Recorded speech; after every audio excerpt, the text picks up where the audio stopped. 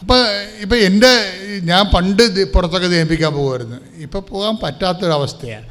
പക്ഷേ പോയെങ്കിലും ചില ധ്യാനങ്ങളൊക്കെ ഞാൻ എൻ്റെ ഇടവകയിൽ നിന്ന് ആ ധ്യാനസ്ഥലം വരെ ശ്രദ്ധിച്ചിട്ടുണ്ട്.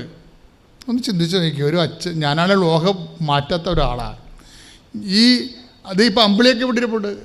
അമ്പിളിയുടെയൊക്കെ 12 ടവലൊക്കെയാണ്. അമ്പിളി പണ്ട് പോലെ എൻ്റെ കൂടെ ഉള്ളതാണ്, 10-30 കൊല്ലം മുമ്പുള്ള. അപ്പോൾ അന്ന് ഞാനിവിടുന്ന് ആലപ്പുഴ നിന്ന് എറണാകുളം വരെ ചതിച്ച് ബന്ദ് ദിവസമാണ്. എറണാകുളം വരെ ചതിച്ച്, പക്ഷെ അന്ന് ബന്ദ് ദിവസമാണ്. കാരണം ഒരു ദിവസം നാരങ്ങ വെള്ളം പോലും കിട്ടത്തില്ല. ഞങ്ങളുടെ വണ്ടിയിലുള്ള വെള്ളം കൊണ്ടൊക്കെ മുഖം തീർന്ന് കുടിച്ച് മുഖം കഴിയും തീർന്ന് ഓരോരുത്തരായിട്ട് അവസാനം എൻ്റെ ടവല് തീർന്ന് വഴിയെ അവിടെ കിട്ടിയവരുടെ ടവലൊക്കെ വാങ്ങിച്ച് മുഖം തുടച്ച് അവിടെ ചെല്ലുമ്പോൾ ഞാനിങ്ങനെ ഡെഡ് ബോഡിയായിട്ടിരിക്കുകയാണ്. എന്താ കാര്യം? അപ്പോഴുടനെ ഞാൻ അവിടെ ചെന്ന് പറയണ്ടേ എത്ര ദിവസം മുമ്പ് ഒരുക്കണ ധ്യാനമാണ് അവർ. അപ്പോൾ അത് അവിടെ ചെന്നിട്ട് ധ്യാനം ഇല്ലെന്ന് വിളിച്ചു പറയാൻ പറ്റുമോ? അപ്പോൾ എൻ്റെ അവസ്ഥ കണ്ടിട്ട് അവരത് മനസ്സിലാക്കാൻ വേണ്ടി ഞങ്ങളവിടെ ചെന്ന്. പക്ഷേ നമ്മളീ പൊക്കിയെടുത്തിട്ട് വരത്തില്ല, ആംബുലൻസിൽ നിന്ന് കൊണ്ടുവരത്തില്ലേ, എടുത്തുകൊണ്ട് പറഞ്ഞ പോലെയാണ് എന്നെ കൊണ്ടില്ലണത്. പിന്നെ ഞാൻ ഒരു മുറി പോയി കിടന്ന്. പക്ഷേ ഈ സമയമൊക്കെ എല്ലാം ഞങ്ങൾ ജോമാർ ചെയ്തുകൊണ്ടിരിക്കും. ഇതാണ് ട്രയൽ, ടൈം ഓഫ് ട്രയലാണത്. ആ സമയത്തെല്ലാം ഞാനും കൂടെയുള്ളവരും ജോമാല ചെയ്തുകൊണ്ടിരിക്കും. ഛർദിലിന് എനിക്കാണ് ഭയങ്കര ചുരുക്കമുള്ള ആളാണ്. വണ്ടി കയറി അപ്പം തന്നെ കുടുങ്ങി അപ്പം ഛർദിക്കും. ഇപ്പോഴൊക്കെ അല്പം കൺട്രോളാണെന്നേ ഉള്ളത്. പക്ഷേ എന്താ പ്രോബ്ലം വെച്ച് കഴിഞ്ഞാൽ ഈ ധ്യാനത്തിന് ചെല്ലുമ്പോൾ ആവതില്ല, നമുക്ക് ശബ്ദം പുറത്ത് വരണ്ടേ. അപ്പോൾ എന്താ നടക്കണം? ഒന്നും നടക്കത്തില്ല. പക്ഷെ ഒന്നും നടക്കാത്തപ്പോൾ ഒരു കാര്യം നടക്കണം മക്കളെ, പ്രാർത്ഥന നടക്കണം. നിങ്ങൾ ആ കാര്യത്തിൽ യാതൊരു വിട്ടുവീഴ്ചയും കാണിക്കരുത്. ഞാൻ വന്നൊരു വഴിയാണ്. എന്ത് സംഭവിച്ചു കഴിഞ്ഞാൽ ആ കാര്യത്തിൽ കോംപ്രമൈസ് ഇല്ല. ഞാൻ പറഞ്ഞു എന്നെ ഒന്നും കിടത്തി എവിടെയെങ്കിലും കിടത്താൻ പറഞ്ഞു കൊണ്ടുപോയി. അപ്പോൾ എവിടെ എന്നെ കൊണ്ടുപോയി ഒരു കട്ടിലിട്ട് കിടത്തി. ഞാൻ അവിടെ കിടന്ന് ഉറങ്ങിപ്പോയി. തളർന്നു പോയിട്ടാണ് ഉറങ്ങിപ്പോയത്. അപ്പോൾ കഴിച്ചതെല്ലാം ഛർദ്ദിച്ച് പോയില്ല. പിന്നെ ശരീരത്തിൻ്റെ ഡീഹൈഡ്രേഷനുമായി. പിന്നെ കുറച്ച് കഴിഞ്ഞപ്പോൾ ഒരു പക്ഷേ ഈ ചേച്ചിമാരെല്ലാം കൂടി ഓടി ആൾത്താരെ കയറി. ആ പലക്കെ ചെല്ലാനും പള്ളി അന്ന് ഇവിടെ അങ്ങനെ എറണാകുളം ചുറ്റി തോപ്പടി ചുറ്റി വരണം എറണാകുളത്തേക്ക് ചെല്ലാനത്തേക്ക്. ചേച്ചിമാരെല്ലാം കൂടി ഇട്ടിച്ചതല്ലേ ആൾത്താരെ കയറിയിട്ട് സക്രാരിയെ കിടന്ന് കർത്താവെ അച്ഛന് ശക്തി കൊടുക്കണമെന്ന്. അതാണ് മധ്യസ്ഥ പ്രാർത്ഥന എന്ന് പറയുന്നത്. ആൾത്താരിൽ അങ്ങനെ ആരും കയറത്തില്ലല്ലോ. പക്ഷേ ആ സിറ്റുവേഷൻ അതാ. ധ്യാനത്തിൽ 4000 പേരെ വരും. അപ്പം തന്നെ ഞാൻ ചെല്ലുമ്പോൾ തന്നെ ഫില്ലായി, അവിടെ ഗ്രൗണ്ട് ഫില്ലായി. അപ്പോൾ ഒരു 6 മണിയായപ്പോൾ ഞാനിത് അല്പം ഒന്ന് ഓക്കെയായി. അപ്പോൾ ഞാൻ പറഞ്ഞു ഞാൻ സ്റ്റേജിലിട്ട് വരാതെ ഞാൻ പതുക്കെ വന്ന് സ്റ്റേജിൽ നിന്ന് ഇവരെ സ്തുതിക്കണ സമയത്ത് സ്റ്റേജിൽ നിൽക്കണവർക്കുണ്ട് നിന്ന് പെട്ടെന്ന് കർത്താവ് ഒരു ദർശനം തരും. അപ്പോൾ ഞാൻ പറഞ്ഞു സ്റ്റേജിൻ്റെ പടിഞ്ഞാറ് നിൽക്കുന്ന ഒരു മനുഷ്യൻ ആത്മഹത്യയെക്കുറിച്ചാണ് ചിന്തിക്കുന്നത്. അയാളുടെ വൈഫ് തിരിച്ചു വരും, സ്വീകരിക്കാൻ കർത്താവ് പറയുന്നുണ്ടെന്ന് പറഞ്ഞു. 4000 പേരല്ലേ ഉള്ളത്. അന്ന് ഇടിപെട്ട മെസ്സേജും അതുപോലെ അഭിഷേകവും നടന്നൊരു ദിവസമാണത്. എനിക്ക് പിന്നെയാണ് ഞാൻ പിന്നെ സ്ഥലം അവിടുന്ന് ധ്യാനമെല്ലാം കഴിഞ്ഞ് രാത്രി പോകുന്ന വേറെ ഇടവകയിൽ ചെന്ന് ഒരു 6 മാസം കഴിഞ്ഞപ്പോൾ ഒരു മനുഷ്യൻ വന്ന് എന്നെ കണ്ടെത്തി പറഞ്ഞു, അച്ഛാ എന്നെ ഓർക്കുന്നുണ്ടോ? എന്നെ അറിയോ? ഞാൻ അറിയത്തില്ല, ആദ്യം കാണുകയാണ്. അച്ഛനാണ് എന്നെ രക്ഷിച്ചത്. ഞാൻ പറഞ്ഞു നിങ്ങളെ രക്ഷിച്ചാ? എന്താ പുള്ളി പറയണമെന്നറിയാമോ? പുള്ളിക്കാരൻ ഗൾഫിൽ പോയി ജോലി ചെയ്ത് കാശൊക്കെ ഉണ്ടാക്കി വൈഫിന് കൊടുത്തു. വൈഫ് ആ കാശ് പുള്ളിക്കാരത്തിയുടെ സംബന്ധക്കാരന് കൊടുത്തു. 12 കൊല്ലമായിട്ടേ പോരെ, ഒരു കൊല്ലമല്ലേ. ഇയാൾ 12 കൊല്ലത്ത് ജോലിയും കഴിഞ്ഞ് ഇവിടെ വരുമ്പോൾ, നാട്ടിൽ വരുമ്പോൾ ഒരു വീടൊക്കെ വെക്കാം എന്നൊക്കെ പറഞ്ഞ് വരുമ്പോൾ എന്താ സംഭവിച്ചിരിക്കണത്? വൈഫിൻ്റെ കയ്യിലില്ല. ഇവർ തമ്മിൽ ചോദിച്ചു. അയാളെ ഈ വൈദ്യൻ ഇച്ഛിച്ചതും രോഗി ഇച്ഛിച്ചതും പോലെ വൈദ്യൻ കൽപ്പിച്ചതും പോലെന്ന് പറഞ്ഞ് 2 അടി കിട്ടുക എന്നുള്ളതായിരുന്നു അവരുദ്ദേശിച്ചത്. ആ അടി അവർ മേടിച്ച് അവരപ്പം തന്നെ സൂട്ട് കേസും കൊണ്ടത് പോവുകയും ചെയ്തു. അവർ പോയി. അവരെ പിന്നെ കണ്ടില്ല. അവർ ആ മറ്റേ ഇയാളുടെ പൈസ എല്ലാം എടുത്ത് മറ്റവന് കൊടുത്തായിരുന്നില്ല, അവൻ്റെ ഇവിടെ ഒളിച്ചോടി. അപ്പോൾ ഇതിൻ്റെ സങ്കടം സഹിക്കാൻ വയ്യാതെ, ഇയാളുടെ സങ്കടം സഹിക്കാൻ വയ്യാതെ ഇവൻ്റെ അമ്മയെടുത്ത് വന്ന് പറയും, അമ്മേ അവളെ കാണാനില്ല, കാശും കാണാനില്ലെന്ന് പറയും. അപ്പോൾ ഇവിടെ മരപ്പെട്ടി നിനക്ക് അങ്ങനെ തന്നെ വേണമെന്ന് പറയും. എന്താ കാര്യം വെച്ച് കഴിഞ്ഞാൽ ഈ ഭാര്യനെ കിട്ടിയപ്പോൾ അമ്മയെ ഉപേക്ഷിച്ചൊരു കക്ഷിയാണ്. ചിലക്ക് അങ്ങനെ ഒരു മണ്ടത്തരം പറ്റുക. ഭാര്യയെ കിട്ടിക്കഴിഞ്ഞാൽ ഉടനെ അമ്മയെ ഉപേക്ഷിക്കും. ഡൈവേഴ്സ് അവിടെയാണ് ആദ്യം സംഭവിക്കുന്നത്. പിന്നെ അതായത് ആദ്യം ഡൈവേഴ്സ് സംഭവിക്കണം മാതാപിതാക്കന്മാരോട് ഡൈവേഴ്സാണല്ലോ ആദ്യം സംഭവിക്കുന്നത്. മണ്ടത്തകളൊന്നും കാണിച്ചേക്കരുത് കേട്ടോ. ആരുമായിട്ടും ഡൈവേഴ്സ് ചെയ്യണത് കർത്താവിന് ഇഷ്ടമില്ല. ഇപ്പോൾ ഡൈവേഴ്സ് എന്ന വാക്ക് നിങ്ങൾ ഉപയോഗിക്കുന്നത് ഭാര്യ ഭർത്താക്കന്മാരെന്ത് ആണെങ്കിലും കർത്താവിൻ്റെ തിരുസന്നിധിയിൽ മാതാപിതാക്കന്മാരെ ബഹുമാനിക്കാൻ പറയുമ്പോൾ തന്നെ ഡൈവേഴ്സ് ചെയ്യുന്നതല്ലേ എൻ്റെ അടുത്ത മാതാപിതാക്കന്മാരെ. അപ്പോൾ ഇയാളുടെ സങ്കടം കാരണം ഇയാൾ വന്ന് പെങ്ങളോട് പറയണം. പെങ്ങളോട് പറയുമ്പോൾ പെങ്ങളും പണിയാണ്. ഇവരോട് പല പ്രാവശ്യം പറഞ്ഞിട്ടുണ്ട് ഇവർക്ക് ചുറ്റിക്കളി കൂടുതലാണെന്ന്. പെങ്ങൾ പല പ്രാവശ്യം പറഞ്ഞിട്ടുണ്ട് ഇവർക്ക് ചുറ്റിക്കളി കൂടുതലാണെന്ന്. എന്നിട്ട് ആ പൊട്ടൻ ശുദ്ധഗതിക്കാരൻ ഉള്ള കാശെല്ലാം അവർക്ക് കൊടുത്ത്. ഇപ്പം പെങ്ങളെന്താ പറയണത്, നീ പോയി കെട്ടി തൂങ്ങണമെന്ന് പറഞ്ഞ്. അവർക്ക് വിറഞ്ഞിട്ടാണ് പറഞ്ഞത്. അപ്പോൾ ഇപ്പോൾ എല്ലാ ഭാര്യയും പോയി, അമ്മയും പോയി, പെങ്ങളും പോയില്ലേ. ഈ മനുഷ്യൻ കെട്ടിത്തൂങ്ങാൻ വേണ്ടി അരൂര് പോയി കായലിൽ ചാടാൻ വേണ്ടി വന്ന് നിൽക്കുകയാണ്. എവിടെ? ഈ എറണാകുളത്തെ ബസ് സ്റ്റോപ്പിൽ വന്ന് നിൽക്കുകയാണ്. അപ്പോഴാണ് ഞാനും ഛർദിലും കൂടി അടിച്ചതിലുള്ളത്. എന്നെ ഇവർ പിടിച്ചിറക്കുകയല്ലേ. പിടിച്ചിറക്കുമ്പോൾ പുള്ളിക്കാരൻ പറയണത്, അപ്പോൾ ഞാൻ അവശനായിട്ട് കക്ഷത്ത് കൈയിട്ടാണല്ലോ ബസ്സിന്ന് വണ്ടിയിൽ നിന്ന് ഇറങ്ങണത്. ഇറങ്ങുമ്പോൾ അയാൾ പറയണത് അയാളെ ഞാൻ നോക്കിയെന്നാണ്. ആരെ നോക്കാം, എനിക്ക് എന്നെ തന്നെ നോക്കാൻ പറ്റാത്ത അവസ്ഥ. പെട്ടെന്ന് അയാൾ പറയണതേ ഒരു മിന്നൽ പായണ പോലെ തോന്നി വെച്ചാ. ഞാൻ പിന്നെ ഓടി. വണ്ടി 6:30 വരണത്. ഒരു വണ്ടി ബന്ധു തിരണ 6 മണിക്കാണ്. 6:30 വണ്ടിയുണ്ട്. ആ വണ്ടിക്ക് അരൂര് പോയി ചാടാൻ പോകുകയാണ് കായലിൽ. അപ്പോൾ ഞാൻ ഓർത്ത് എന്നാൽ ധ്യാനത്തിൽ കൂടാവുന്ന. അങ്ങനെ ആ പാവപ്പെട്ടവൻ ആ പെട്ടെന്നുള്ളൊരു ഇതിൽ പോയി ധ്യാനത്തിൽ നിന്നപ്പോഴാണ് അവൻ്റെ പേര് പറയണത്. ഇന്ന ആൾ ഇന്ന സ്ഥലത്ത് നിൽക്കുന്നുണ്ട്, അവൻ ആത്മഹത്യ ചെയ്യരുതെന്ന് കർത്താവ് പറയണം. അവൻ്റെ വൈഫ് തിരിച്ചു വരും, അവളെ സ്വീകരിക്കാൻ ഈശോ പറയണമെന്ന്. ഈ പറയണ സമയത്ത് തന്നെ ഈ മനുഷ്യനെ വേറെ അന്യപുരുഷൻ്റെ കൂടെ പോയ വൈഫിനെ സ്വീകരിക്കാനുള്ള അഭിഷേകം കർത്താവ് കൊടുത്തു. ഇത്ര അഭിഷേകമാണ്. നമുക്ക് കർത്താവ് ആരാണെന്ന് അറിയണമെങ്കിൽ നമ്മളൊരു 1000 പ്രാവശ്യം ഇവിടെ ജീവിക്കാൻ വേണ്ടി ആഗ്രഹിക്കും. നമ്മൾ അത്രയ്ക്ക് വലുതാണ്.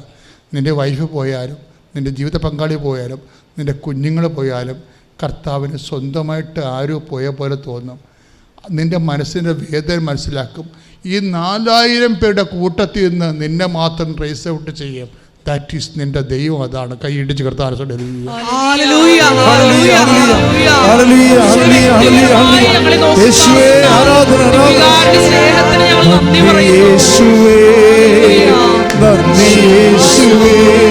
നീ തന്ന നന്മകൾ കുരായിരം നന്ദി. നന്ദിയേശുവേ, നന്ദിയേശുവേ, നീ തന്ന നന്മകൾ കുരായിരം നന്ദി. അതുപോലെ 2 ആഴ്ച കർത്താവ് പറഞ്ഞ പോലെ തന്നെ 2 ആഴ്ച കഴിഞ്ഞപ്പോൾ അവൾ തിരിച്ചു വന്നു. ആ മനുഷ്യൻ കർത്താവ് പറഞ്ഞ പോലെ അവളെ സ്വീകരിച്ചു. സന്തോഷത്തോടെ ജീവിച്ചിട്ടാണ് എൻ്റെ അടുത്ത് വരണത്. എല്ലാ മുറിവുകളും ആ ഒറ്റ ധ്യാനത്തിൽ കർത്താവ് വൈപ്പ് ഔട്ട് ചെയ്യണം, ഒരു കൗൺസിലും ഇല്ലാതെ. എൻ്റെ ദൈവവേദനയിലെ നിനക്ക് എന്തെങ്കിലും മുറിവുകളോ ചതവുകളോ ഉറ്റവലിൽ നിന്ന് ഉടയവരിൽ നിന്നോ എന്തെങ്കിലും ഉണ്ടെങ്കിൽ അതിനെ എല്ലാം അഭിഷേകം ചെയ്യാനും അതിനെല്ലാം അതിജീവിക്കാനും നിന്നെ നിലനിർത്താനും പോകുന്നവനാണ് നിന്റെ ദൈവം. പ്രാർത്ഥിക്കുക. കർത്താവ് ദൈവമേ, എന്നെയും എൻ്റെ ജീവിതത്തെയും അതിൻ്റെ എല്ലാ ഭാരങ്ങളോടും കൂടി എല്ലാ കഴിവുകളോടും കൂടി എല്ലാ സങ്കടങ്ങളോടും കൂടി ദൈവമേ അങ്ങേക്ക് സമർപ്പിക്കുന്നു. എന്നെ അഭിഷേകം ചെയ്യണമേ, എന്നെ അഭിഷേകം ചെയ്യണമേ. ശ്രദ്ധിക്കട്ടെ. ഹല്ലേലൂയ, ഹല്ലേലൂയ, ഹല്ലേലൂയ. യേശുവേ ആരാധന ആരാധന ആരാധന ആരാധന ഹല്ലേലൂയ ഹല്ലേലൂയ ഹല്ലേലൂയ യേശുവേ നന്ദി ഹല്ലേലൂയ ആരാധന ആരാധന ആരാധന ആരാധന ആരാധന ആരാധന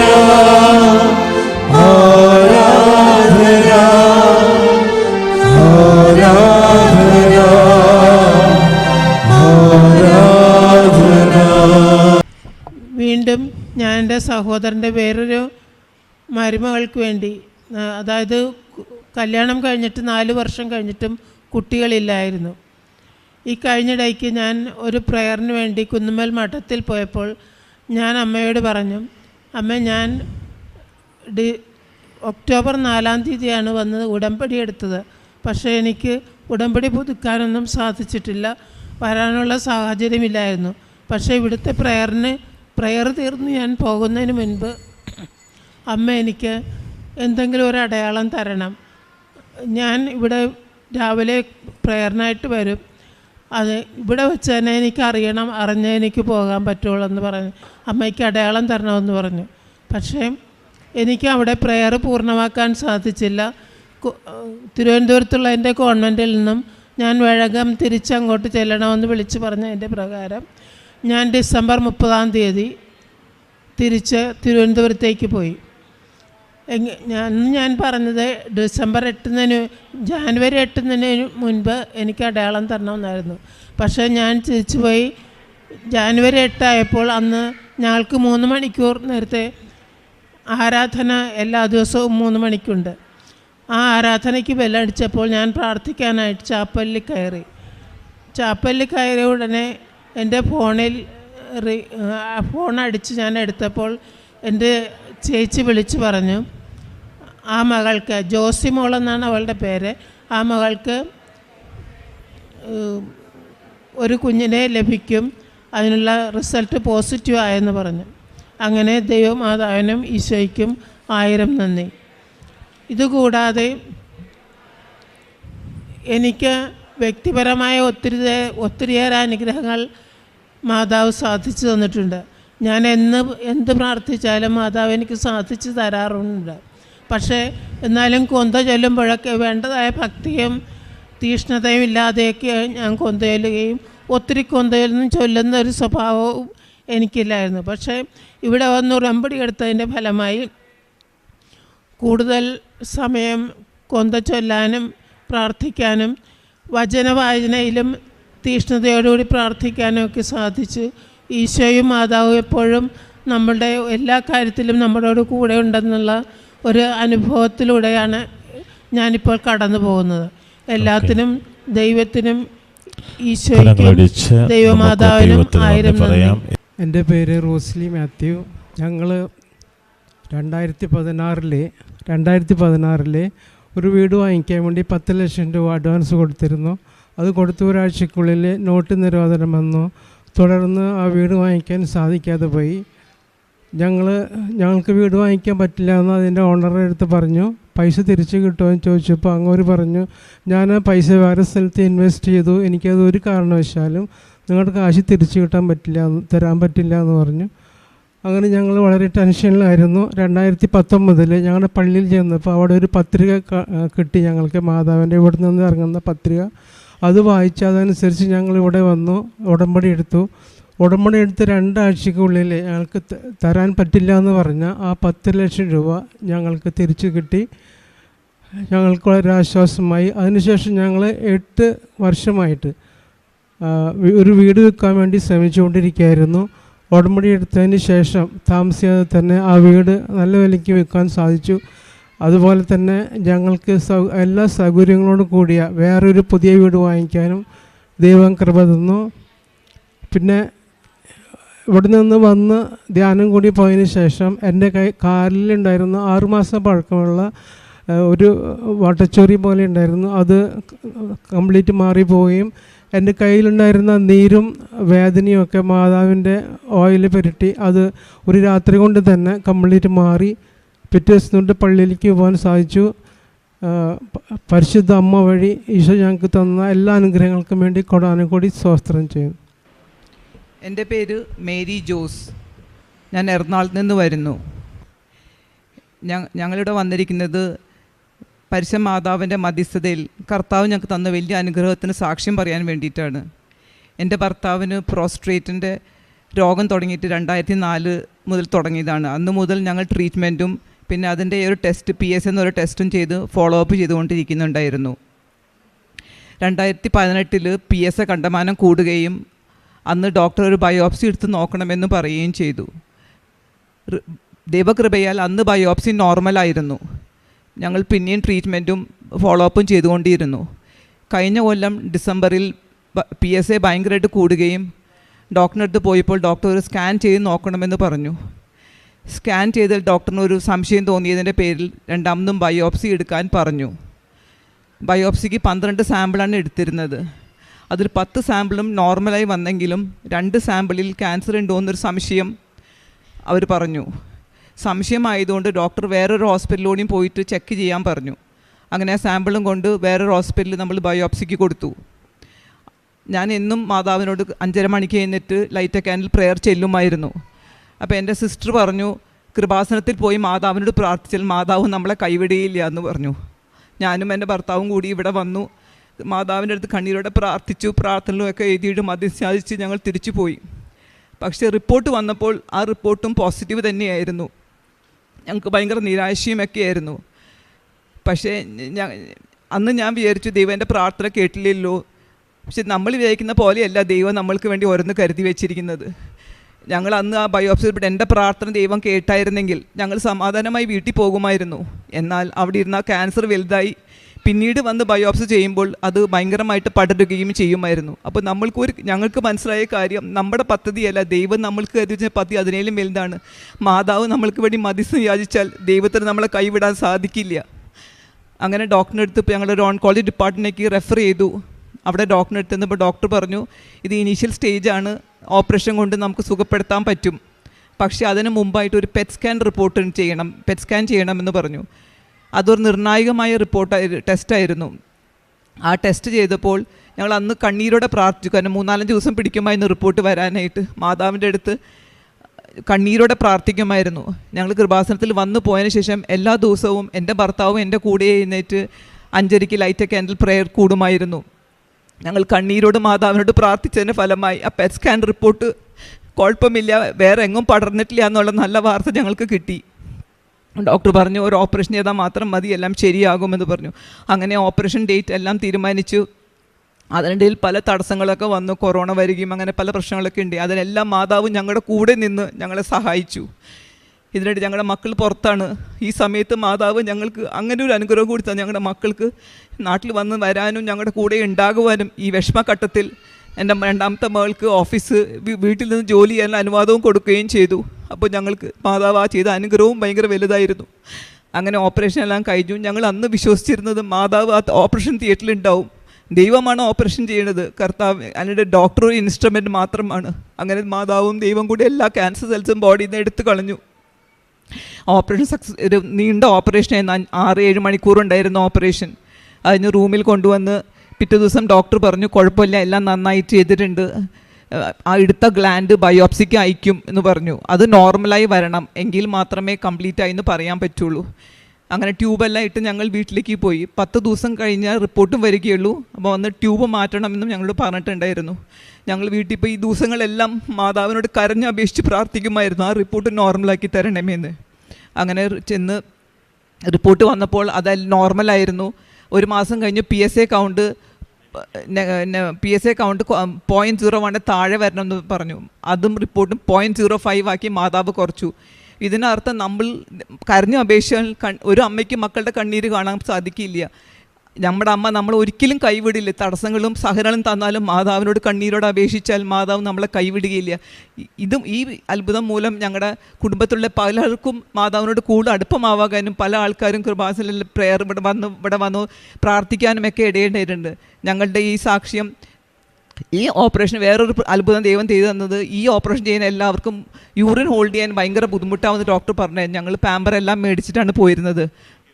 പക്ഷേ ദൈവകൃപ കൊണ്ട് ഒരു ദിവസം പോലും ആ പാമ്പർ ഉപയോഗിക്കേണ്ട ആവശ്യം എൻ്റെ ഭർത്താവിന് വന്നില്ല. ദൈവം തന്ന ഈ വലിയ അനുഗ്രഹത്തിനും പരിശുദ്ധ അമ്മ ഞങ്ങളെ കാത്തതിനും 100,000 കോടി നന്ദി പ്രകാശിപ്പിക്കുന്നു. ഇനിയും അമ്മ ഞങ്ങളുടെ കൂടെ ഉണ്ടാകുമെന്ന് ഉറച്ചു വിശ്വസിക്കുന്നു. യേശുവേ നന്ദി, യേശുവേ സ്തുതി, യേശുവേ സ്തോത്രം. എൻ്റെ പേര് അനീറ്റ എന്നാണ്. ഞാൻ കാണക്കാരി ഏറ്റുമാനൂർ നിന്നാണ് വരുന്നത്. എൻ്റെ കല്യാണം കഴിഞ്ഞിട്ട് 5 വർഷമായിട്ടും എനിക്ക് കുഞ്ഞുങ്ങളില്ലായിരുന്നു. ഒത്തിരി ട്രീറ്റ്മെൻറ്റുകൾ എടുത്തു.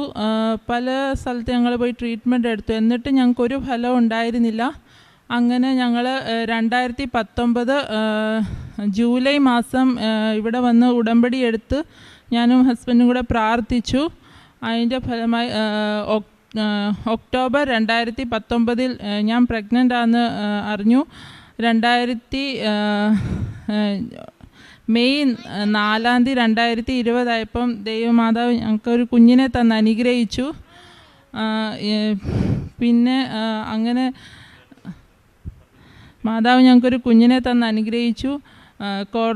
കോവിഡ് കാലമൊക്കെ ആയിരുന്നുകൊണ്ട് എനിക്ക് നേരത്തെ വന്ന് സാക്ഷ്യം പറയാൻ സാധിച്ചിരുന്നില്ല. പിന്നെ ഇവിടെ വന്നിട്ട് ഞാൻ മാതാവിൽ ഒത്തിരി ആത്മീയമായിട്ട് ഒത്തിരി എനിക്ക് വളർച്ചയുണ്ടായിട്ടുണ്ട്.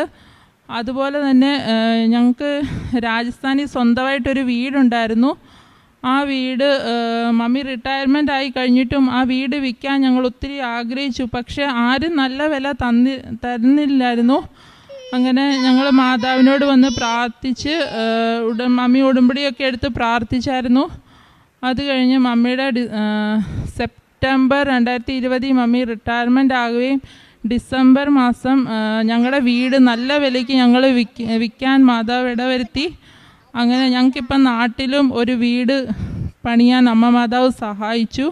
അതിനാൽ അമ്മ മാതാവിന് 1000 നന്ദിയും സ്തുതിയും സമർപ്പിക്കുന്നു. എൻ്റെ പേര് ഫിലോമിന ജോസ്. ഞാൻ എറണാകുളം അങ്കമാലി അതിരൂപതയിലെ മാണിക്യമംഗലം ഇടവകയിൽ നിന്ന് വരുന്നു. എനിക്ക് പറയാനുള്ള സാക്ഷ്യം, എനിക്ക് 30 വർഷമായിട്ട് ഭയങ്കര ഒരു തലവേദന ഉണ്ടായിരുന്നു. ആ തലവേദന ഇവിടെ ഉടമ്പടി എടുക്കാതെ തന്നെ ഇവിടെ വന്ന തലവേദന എനിക്ക് മാറിക്കിട്ടി. ഞാൻ പോകാത്ത ആസ്പത്രികളോ സ്ഥലങ്ങളോ ഇല്ല. അതുപോലെ തന്നെ ഞാൻ ഉടമ്പടിയിൽ 6 നിയോഗങ്ങൾ സമർപ്പിച്ചിട്ടുണ്ടായിരുന്നു. 6 നിയോഗങ്ങളിൽ ഒരു നിയോഗമായിരുന്നു എൻ്റെ മകളെ വിവാഹം കഴിച്ച വീട്ടിൽ 10-16 വർഷമായിട്ട് ഭാഗാധാരം നടക്കാതെ ഇങ്ങനെ കിടക്കായിരുന്നു. അതുവഴി അവരുടെ സഹോദരങ്ങൾ തമ്മിൽ ഭയങ്കര വൈരാഗ്യവും വഴക്കുമൊക്കെ ആയിരുന്നു.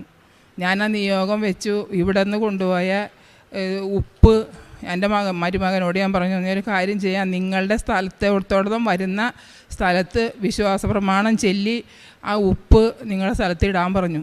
അങ്ങനെ കൊണ്ടുപോയി ഇട്ട് ഒരാഴ്ചയ്ക്കുള്ളിൽ അവരുടെ ഭാഗാധാരം നടന്നു. അതുപോലെ തന്നെ എൻ്റെ മകള് മാൾട്ടയിൽ ജോലി ചെയ്യുന്നു. ഈ കൊറോണയും ഇതൊക്കെ വന്നതുകൊണ്ട് വീട്ടിലേക്ക് വരാനോ എടുക്കാനോ പറ്റുന്ന 2 കുട്ടികളുണ്ട്. അങ്ങനെ വരാതെയൊക്കെ ആയപ്പോഴത്തേക്കും മരുമകന് ഭയങ്കര സംശയമായി. അവളെ വിളിക്കാറില്ല, പറയാറില്ല, ഭയങ്കര ഇതായി. ലാസ്റ്റ് ചുരുക്കി പറയാണ് ഡൈവോഴ്സിൻ്റെ വക്ക് വരെ എത്തി. 3 പ്രാവശ്യം ഞങ്ങളെ വിളിച്ച് അവൻ പറഞ്ഞു, ഞാൻ ഡൈവോഴ്സിന് തയ്യാറാണ്, ഞാൻ ഡൈവോഴ്സ് ചെയ്യാനായിട്ട് തയ്യാറാണെന്ന് പറഞ്ഞപ്പോൾ ഞങ്ങളോട് പറഞ്ഞപ്പോൾ ഞങ്ങൾ പറഞ്ഞു, നിങ്ങളുടെ കാര്യം ഞങ്ങളോട് പറയണ്ട, നിങ്ങൾ 2 പേരും തമ്മിലുള്ള എന്തെങ്കിലും പ്രശ്നം ഉണ്ടെങ്കിൽ നിങ്ങൾ തമ്മിൽ പറഞ്ഞ് തീർത്താൽ മതി, പറയണ്ടെന്ന്. ലാസ്റ്റ് 3ാമത്തെ പ്രാവശ്യം പറഞ്ഞപ്പോൾ ഞങ്ങൾ വിചാരിച്ചു ഇവൻ കാര്യമായിട്ടുള്ള പറയണേ. അപ്പോൾ ഒരു കാര്യം ചെയ്യാം, നമുക്ക് ഇവിടെ കെട്ടിച്ചു വിട്ട ഇടവകയിൽ നമുക്ക് അച്ഛനോട് ചെന്ന് പറയാം. നമ്മൾ പള്ളിയിലും പട്ടക്കാരൊക്കെ അറിഞ്ഞ് നമ്മൾ കെട്ടിച്ചു വിട്ടാണല്ലോ, അപ്പം നമുക്ക് പള്ളിയിൽ ചെന്ന് അച്ഛനോട് നമുക്ക് പറയാമെന്ന് പറഞ്ഞു. അങ്ങനെ പള്ളിയിൽ ചെന്ന് അച്ഛനോട് ഞങ്ങൾ പറഞ്ഞു. അച്ഛനോട് പറഞ്ഞപ്പോൾ അവർ വിളിച്ച് സംസാരിക്കാം എന്നൊക്കെ പറഞ്ഞിരുന്നു. അപ്പോഴത്തേക്കും അങ്ങനെ ഒരു വർഷത്തോളം അങ്ങനെ കഴിഞ്ഞു. 2 കൊച്ചുങ്ങൾ എൻ്റെ അടുത്ത്, ഞാനും ഈ 2 കൊച്ചുങ്ങളും മാത്രം. ഇവൻ കൊച്ചുങ്ങളെ കാണാൻ വരെയോ സംസാരിക്കുകയോ ഇവളായിട്ട് സംസാരിക്കുകയോ ഫോൺ ചെയ്താൽ പോലും ഇവൻ എടുക്കില്ല. അങ്ങനെ ഭയങ്കര പ്രശ്നമായി.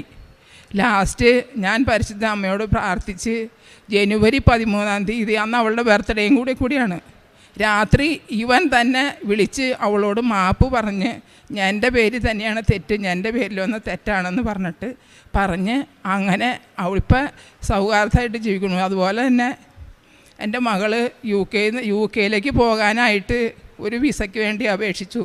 അവൾ മാൾട്ടയിൽ ഇപ്പോൾ ജോലി ചെയ്യാണ്.